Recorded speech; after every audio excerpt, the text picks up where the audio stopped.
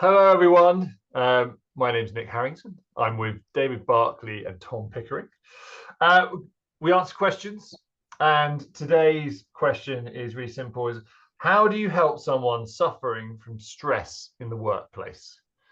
Um, David, you look fairly unstressed, having a toddler on your knee there. But to change, so I always come to you first. I'm going to come to Tom first. Tom, how are you? How do you help people suffering from stress in the workplace? Well, I sort of hit it multi fronts, and I'm just going to sort of hit it on multi fronts in my usual sort of way. And I think this has actually raised the ante of what I'm about to share. I think has become more significant in my view.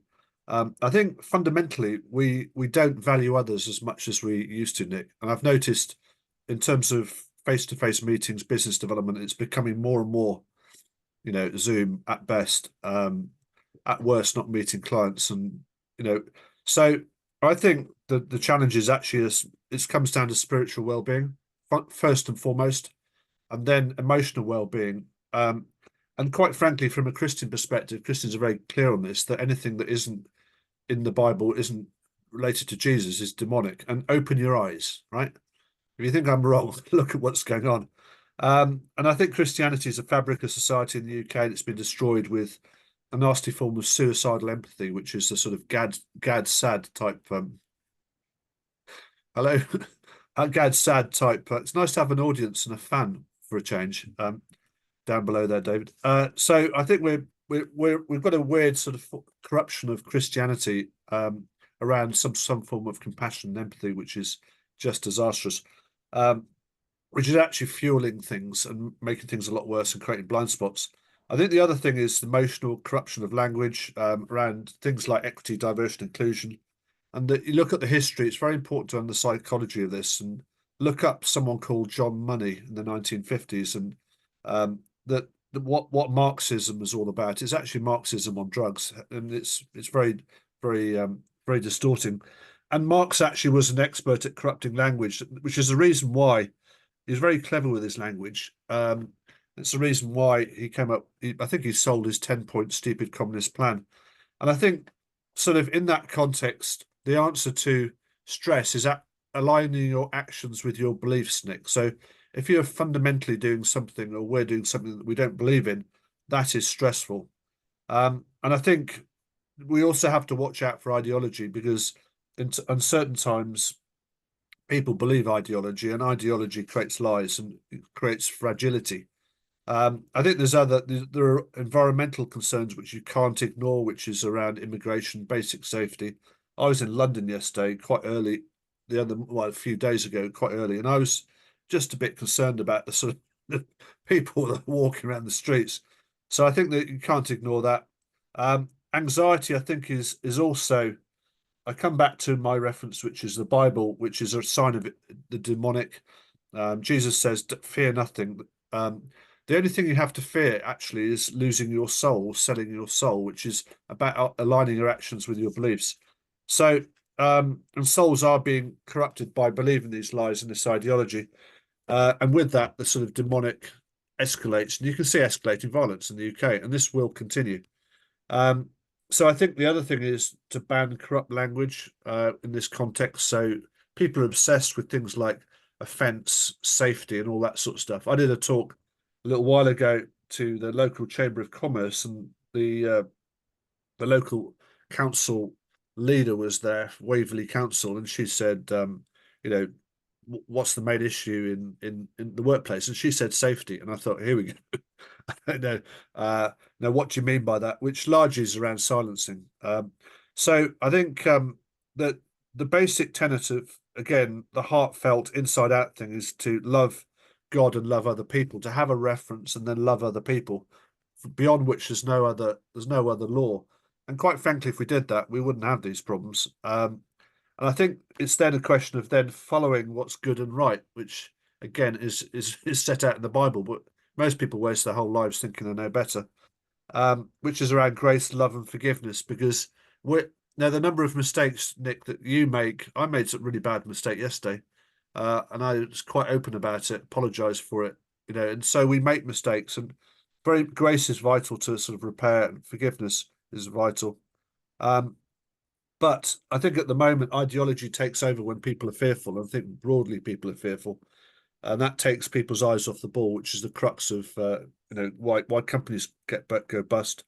The answer really to this is getting people thinking, and when you get people thinking and actually saying what they think, as opposed to just repeating ideology, you begin to value others, which does full circle, Nick. Because if you're speaking to someone who's just spouting something that they sort of fear-driven ideology or other, then you've only got to look at the Labour Party. It's a lot of that. And actually, then you need to take new actions. So by taking a new perspective, I do believe the Winning Thinking Programme, if has a go at taking the different actions and then appreciating that doing something is okay. And for example, one of which is putting other people first, which is the first part of the Winning Thinking Programme, as well as understanding the narrative that corrupts what is wrong with equity, diversity, and inclusion. You become aware of that, or whatever the dialogue is in your organisation. So I think having done that, you then begin to put things back together, because from new action, you then align your actions with your beliefs, and you begin to get people being who they are, and that creates grit, Nick, and it creates strength, because there's a huge lack of courage at the moment. Everyone's very fearful of speaking up. So guess what? People are going to be very stressed. And actually, I've read a bit around. Actually, if you think about who you are, what you are, Nick, if you are not allowed to speak or you're stressed, it's basically suicide of the person. It's actually fundamental. Your body is just a sort of a wobbly load of rubbish, that most 60% of which is bacteria and whatever. That's my cheerful contribution to this discussion, Nick. Okay, cool. Okay, David and Charlie. Hello, Charlie. Peter Rabbit. Helping people in the workplace suffering from stress. I think